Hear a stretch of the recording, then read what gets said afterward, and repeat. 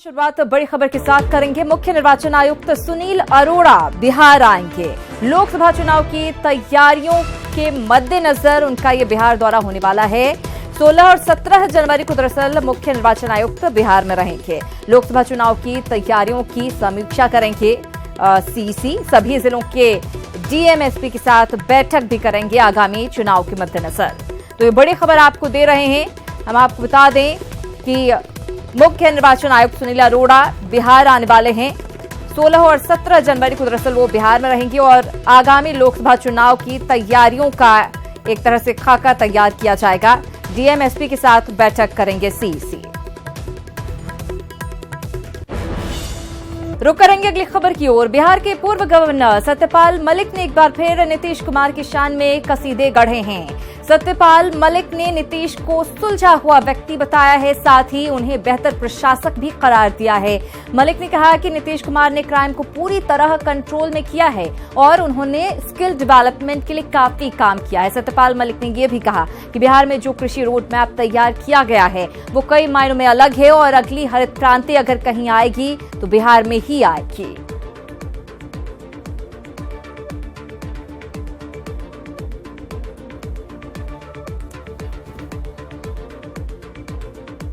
मेरा तजुर्बा बहुत अच्छा है।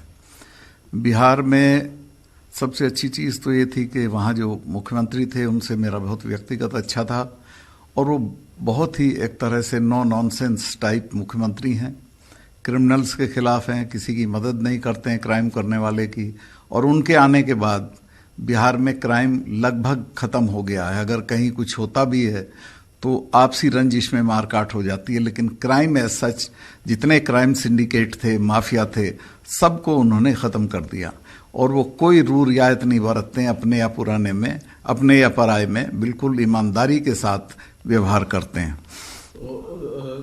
स्किल डेवलपमेंट की हाँ, स्किल डेवलपमेंट में जितना बिहार में काम हुआ है वो कम स्टेट्स में हुआ होगा। काफ़ी काम हुआ है। और एग्रीकल्चर के मामले में भी उन्होंने कृषि रोड मैप तैयार किया जो राष्ट्रपति जी से इनॉग्रेट कराया था, और जो लागू हो जाएगा तो बिहार कृषि में बहुत आगे जाएगा। और मैं ये कह सकता हूँ कि दूसरी हरित क्रांति अगर कहीं होगी तो वो बिहार में होगी। और अब बात सियासी संक्रांति की। जेडीयू प्रदेश अध्यक्ष वशिष्ठ नारायण सिंह के दही चूड़ा भोज में एनडीए नेताओं का जुटान हुआ और संकेत मिला कि खरमास के खात्मे के साथ ही शुभ कार्यों की शुरुआत कर दी जाएगी। चूड़ा दही के इस भोज में सियासत का भी तड़का लगा है।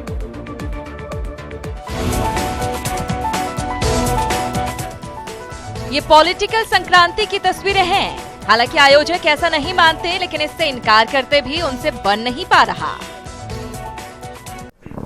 निश्चित रूप से ये हम लोगों का एनडीए जो है उसके नेता तो रहेंगे, हम उसके सक्रिय सदस्य हैं।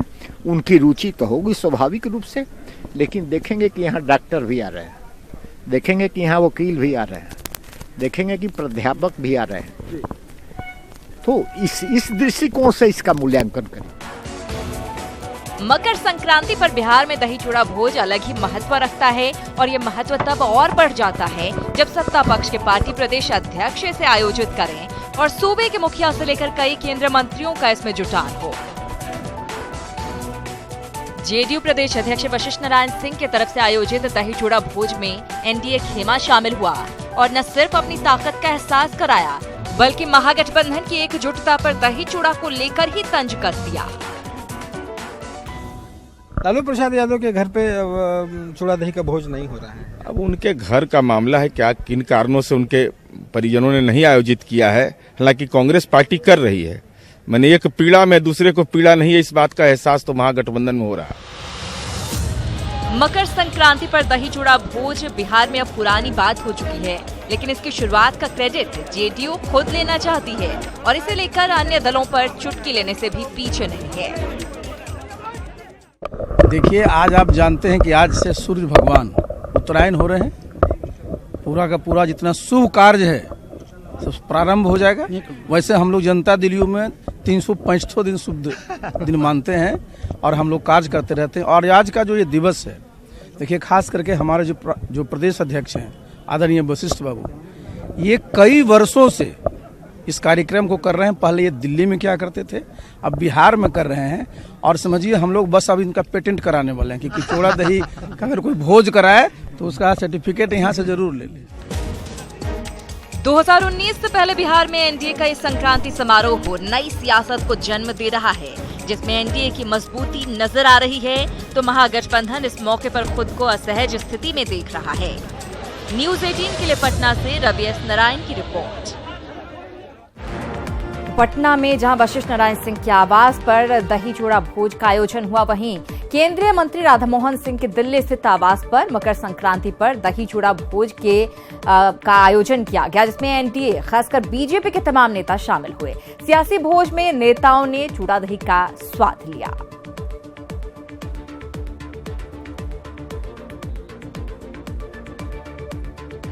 उधर रांची के रिम्स में एडमिट लालू प्रसाद आज ही मकर संक्रांति मना रहे हैं। डॉक्टर्स ने लालू को एक दिन चूड़ा और दही खाने की इजाजत दी है। इस मौके पर रिम्स परिसर के बाहर कांग्रेस नेताओं के साथ साथ दूर दराज से लालू समर्थकों का जमावड़ा लगा रहा। यहां पर कई समर्थक 51 तरह की सब्जी के साथ दही, चूड़ा और तिलकुट लेकर भी यहां पर पहुंचे हुए थे।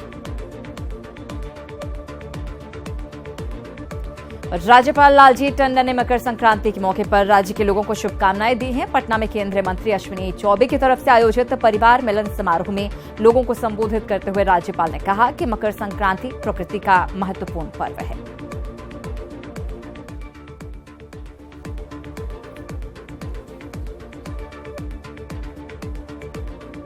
हमारे पूर्वजों ने इसको सोच के और इसको ये मान के कि बहुत बड़ा सुखद और बहुत बड़े घटना का समय यह है ना, समाज का अब वो प्रकाश की ओर आगे बढ़ रहे हैं, विकास की ओर बढ़ रहे हैं। हमें समाज का विकास करना है, सबको साथ लेके करना है, सबका साथ सबका विकास, इसी मूल मंत्र से हमें आगे बढ़ना है। तो देश को उन्नत बनाने के लिए एक नया भारत, स्वामी विवेकानंद के सपनों का भारत, अटल जी का जो महान सपना था, वैसा भारत बनाने के लिए हम संकल्प। वहीं बीजेपी नेता और राज्यसभा के सांसद आर.के. सिन्हा ने मकर संक्रांति और नववर्ष की बिहार वासियों को शुभकामनाएं दी हैं। इस मौके पर केंद्र सरकार की तरफ से दिए गए सवर्ण आरक्षण को लेकर पीएम नरेंद्र मोदी का भी आर.के. सिन्हा ने आभार जताया और कहा कि पीएम नरेंद्र मोदी ने ये आरक्षण देकर साबित कर दिया कि सबका साथ सबका विकास हो रहा है। आर्थिक रूप से गरीबों के आरक्षण की भी बात की थी। अगर यह साथ साथ लागू कर दिया गया होता तो समाज में कटुता और वैमनस्य की भावना नहीं फैली होती। और मुझे बहुत दुख के साथ कहना पड़ता है कि मंडल कमीशन के बाद लगभग सभी प्रधानमंत्री सवर्ण वर्गों के ही हुए, किंतु सवर्णों की चिंता उन्होंने नहीं की। खबरों में आगे बढ़ते हैं। 2019 की सियासत तेज हो गई है। सियासी मेल मुलाकात और भोज के जरिए कुनबे को मजबूत करने की कवायद की जा रही है। अब किसका साथ और किसके भोज का स्वाद बढ़िया है, ये तो नतीजों के जरिए जनता ही बताएगी।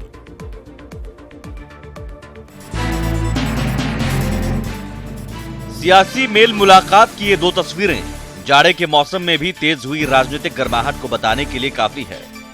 एक तरफ पटना में चूड़ा दही भोज के जरिए एनडीए के अंदर मिठास बढ़ाने की कोशिश हुई, तो दूसरी तरफ लखनऊ में सपा बसपा महागठबंधन की खिचड़ी को और ज्यादा जायकेदार बनाने का प्रयास। और जो गठबंधन जो लालू जी ने जो कल्पना करने का काम किया था, आज जाकर के जो साकार हुआ है, हम इसके लिए सबसे पहले अखिलेश जी को हम धन्यवाद देने आए हैं और मायावती जी को भी हम कल मिलकर के आए, उनको भी हमने धन्यवाद दिया कि देश हित में ये आप लोगों ने कदम उठाने का काम किया है। तेजस्वी यादव ने लखनऊ में पहले बसपा प्रमुख मायावती से मुलाकात की, गठबंधन के लिए बधाई दी और चरण स्पर्श कर आशीर्वाद भी लिया। बाद में अपने रिश्तेदार और सपा के राष्ट्रीय अध्यक्ष अखिलेश यादव से मुलाकात की, बसपा से गठबंधन के लिए बधाई दी और एनडीए की हार की भविष्यवाणी भी कर दी। वहीं अखिलेश ने कहा कि सपा बसपा के गठबंधन से पूरे देश में बड़ा संदेश गया है। एकदम पूरी तरीके से निश्चिंत हैं कि यूपी और बिहार से बीजेपी का सफाया बिल्कुल हो चुका है, इसमें कोई डाउट नहीं होना चाहिए।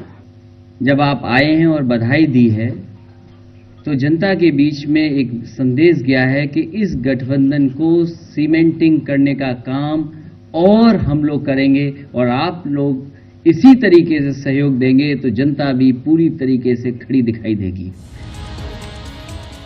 अब इस गठबंधन से पूरे देश में क्या संदेश गया, कांग्रेस को किनारे करने के बाद परिणाम क्या होंगे, ये तो बात की बात है।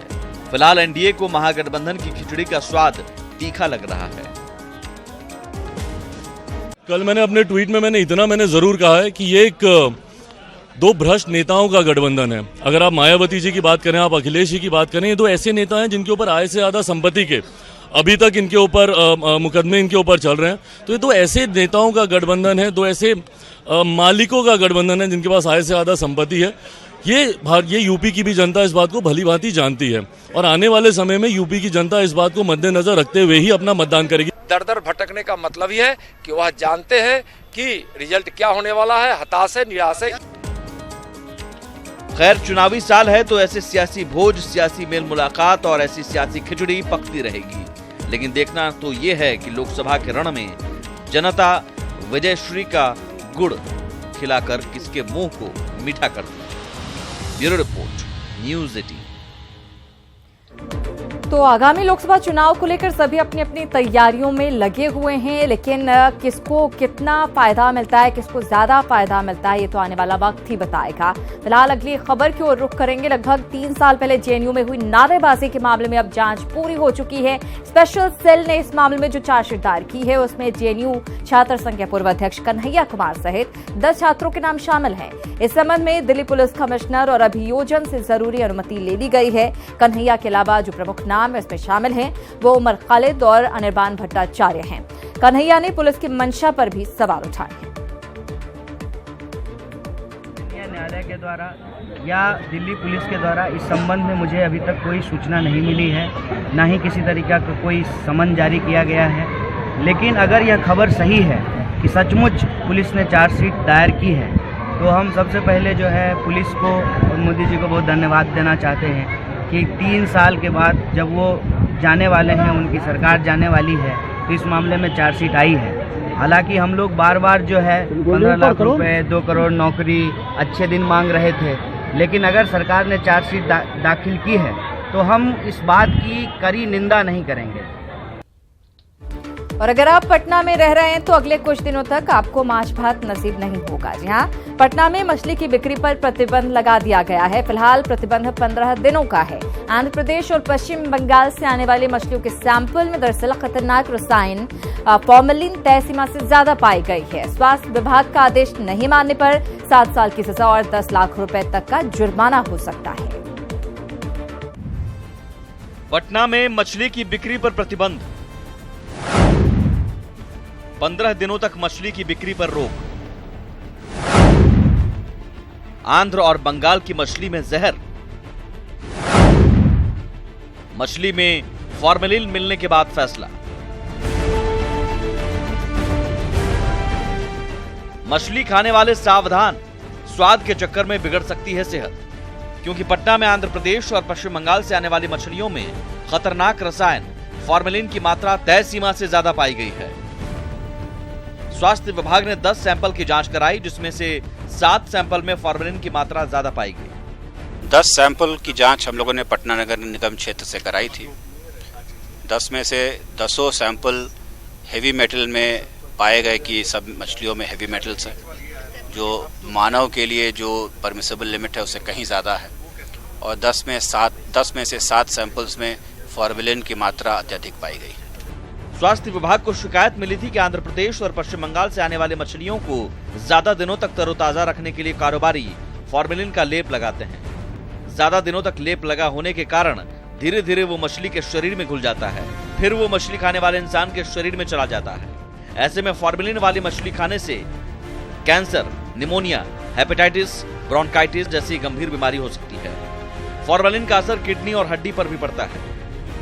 मछली में फॉर्मेलिन पाए जाने के बाद स्वास्थ्य विभाग ने फिलहाल पटना नगर निगम क्षेत्र में सभी तरह की मछलियों की बिक्री पर रोक लगाई है। इस दौरान कोई मछली बेचता पाया गया तो उसे 7 साल की जेल और 10 लाख का जुर्माना हो सकता है। सेक्शन 59 अंडर द एक्ट है और आदेश में इस बात का उल्लिखित है कि यदि इस आदेश का उल्लंघन होता है तो इसके तहत 7 साल की सजा या 10 लाख रुपए तक का फाइन या दोनों हो सकता है।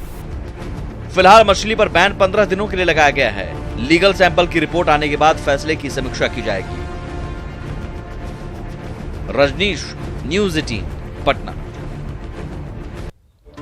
और बात गया नाबालिग हत्या मामले की। इस मामले की जांच के लिए एफएसएल पटना की टीम गया पहुंची। टीम ने शव बरामदगी स्थल के साथ साथ नाबालिग के घर समेत कई जगहों से नमूने कलेक्ट किए। बड़ी बात है कि 28 दिसंबर शाम के वो फुटेज भी सामने आए हैं जिसमें नाबालिग लड़की दिख रही है। यह तस्वीर नाबालिग की मौत के पहले की आखिरी तस्वीर बताई जा रही है। तस्वीरों में लड़की साफ साफ जाते हुए दिख रही है। वहाँ से हम लोग वैज्ञानिक साक्ष्य कुछ इकट्ठा किए हैं और भी जगह मुझे जाना है और भी सैंपल मुझे इकट्ठा करना है। उसके बाद परिणाम फिर लाते हैं। सैंपल में क्या अभी लिया जा रहा है? अभी हम लोग देख रहे हैं बहुत सारा सैंपल, जैसे सॉइल लिए हैं और ब्लड भी देख रहे हैं, टिश्यू और हेयर वगैरह, कुछ बोटनिकल चीज़ जो फ्लावरिंग प्लांट वगैरह है उसका हम लोग आइडेंटिफाई कर रहे हैं। 1 सप्ताह हो गया है तो क्या इस पर असर पड़ेगा? उसी चीज़ को हम लोग कर रहे हैं जो एक्चुअल में घटना कहाँ पे हुई है उसका हम लोग कर रहे हैं, कहाँ पे